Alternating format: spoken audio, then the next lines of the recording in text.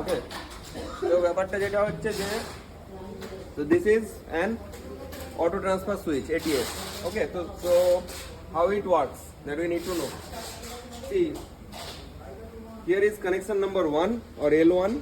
This is we call L1 or S1 whatever, and this is the connection number 2. Suppose you are taking a power from the raw power, I mean the transformer or the grid. Here this is the line and this is the preferred connection for this ATS, and this one is the DG line or the secondary or the auxiliary line. This is the non-preferred connection of the ATS.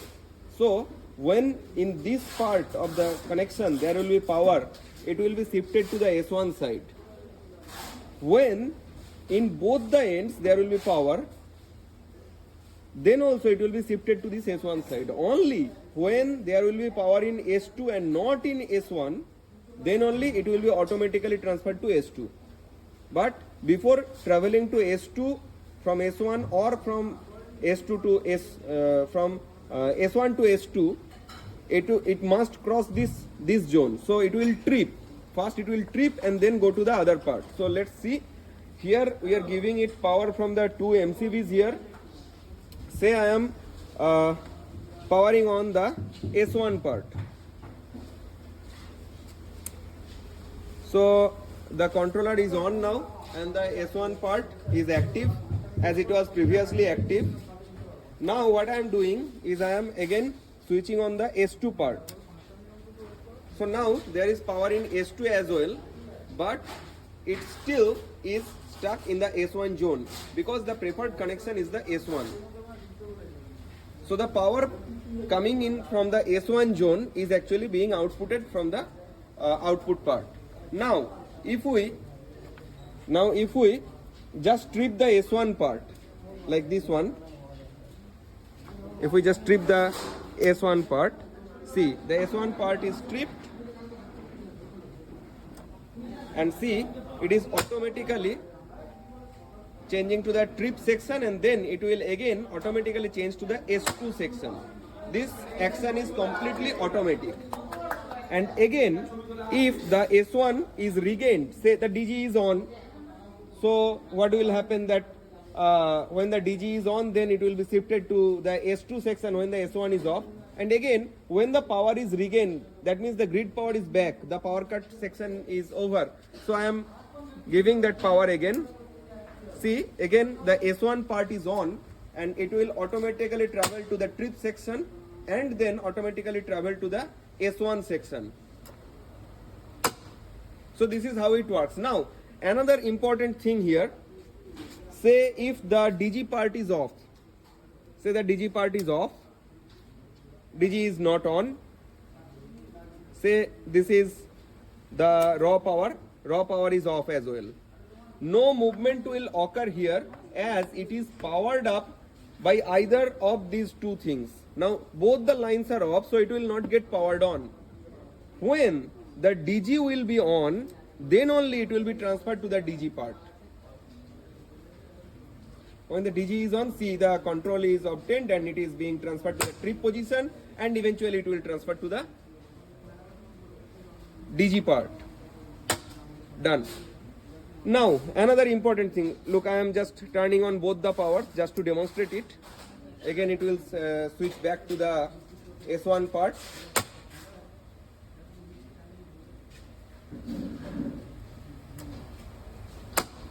The little delay is for stabilization purpose. Now again, this is the control part.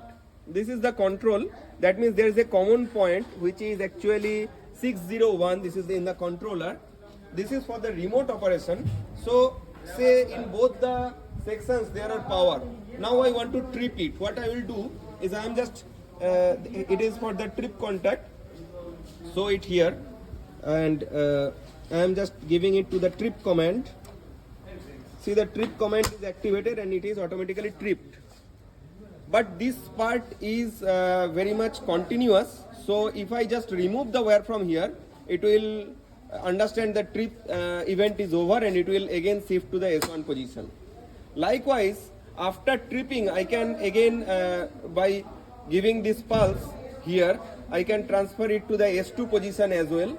But when it is in the auto position, if I am not using this channel, that means the controller part, then it will work just as I demonstrated. When there will be power in S1, it will be constantly in S1 position, just regardless of there is power in S2 or whatever. And when only the S1 power is off and the S2 power is on, then only it will be shifted to the S2 position.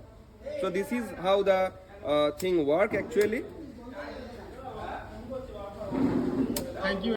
So another operation that I didn't explain in the last segment of the video is that when I am demonstrating all those things, this knob was in the auto position. But if we want to control it from some PLC or some controller card or anything, then we need to just give it to the manual position. In the manual position, what happens, by using these pulse of the controller, I can change the position. I can change the position of the connector from the S1 to S2. Now it is in S2. See, I am changing it to S1. Okay. Again, if I want to change it to S2, I am just giving this pulse to S2 zone. It is being transferred to the S2 zone. So this is completely, now again I am tripping the connection. It will be tripped here. Okay, trip and lock. Removing it and nothing happens. Okay, but this trip actually works in auto mode as well. But usually if I want to control it remotely from some card or some controller or some PLC or SCADA or Modbus communication through any HMI, then we need to give it to the manual settings from this knob. And if I don't care about those connections and if I don't care about controlling it from some remote location, I can usually give it to the auto section and the power will be changed over to my desired feeder and desired incomer through this automatic control.